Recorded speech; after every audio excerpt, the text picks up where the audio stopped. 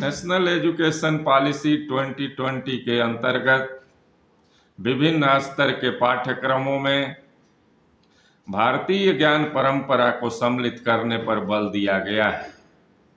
यह न तो अकारण है, न औपचारिक है, बल्कि वर्तमान समय की जरूरत है, आवश्यकता है, क्योंकि विज्ञान और तकनीक ने जो आधुनिक प्रगति की है उसके लिए आवश्यक ज्ञान शताब्दियों पूर्व भारतीय मनीषियों और ऋषियों ने रचा था।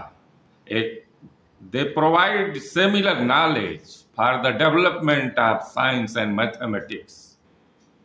इस संदर्भ में मैं हायर मैथमेटिक्स में प्रयोग होने वाले इन्फिनिटी की अवधारणा की बात करूंगा, यानी अनंत की अवधारणा एक जटिल और महत्वपूर्ण अवधारणा है उच्च गणित में,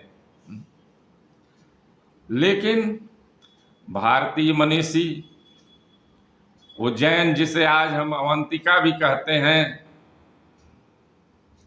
और पीठ के आचार्य भास्कर द्वितीय ने पौराणिक प्रतीकों का प्रयोग करके बड़े ही बोधगम्य शैली में बताया है कि अनंत किस तरह से कार्य करता है। जिस प्रकार भगवान विष्णु अनंत हैं, अभी हम अनंत चतुर्दशी की पूजा करते हैं, उस दौरान भगवान विष्णु की ही आराधना की जाती है। भगवान विष्णु को अनंत असीम कहा गया है। प्रलय के दौरान, यानी जब ब्रह्मांडीय विघटन होता है, तो सारे जीव उनमें से निकलते जाते हैं। सभी जीव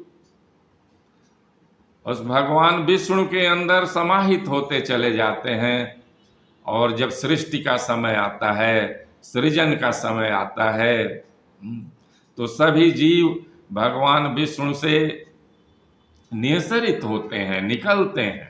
लेकिन स्वयं भगवान विष्णु अपरिवर्तित रहते हैं, अनचेंज्ड, इसलिए उन्हें अच्युत कहा गया है।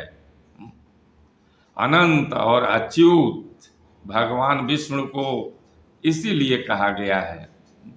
इसी सनातन मान्यता और कथाओं के आधार पर भास्कराचार्य जी ने अनंत की अवधारणा को दर्शाने की कोशिश की है और बड़े ही बोधगम्य शैली में समझाया है।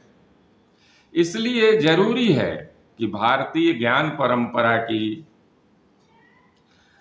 विभिन्न उपलब्धियों को हम आधुनिक पीढ़ी को उपलब्ध कराएं, ताकि विषय को बोधगम्य भी बनाया जा सके और आधुनिक पीढ़ी को अपने पूर्वजों पर एक गर्व भी अनुभव हो सके। धन्यवाद।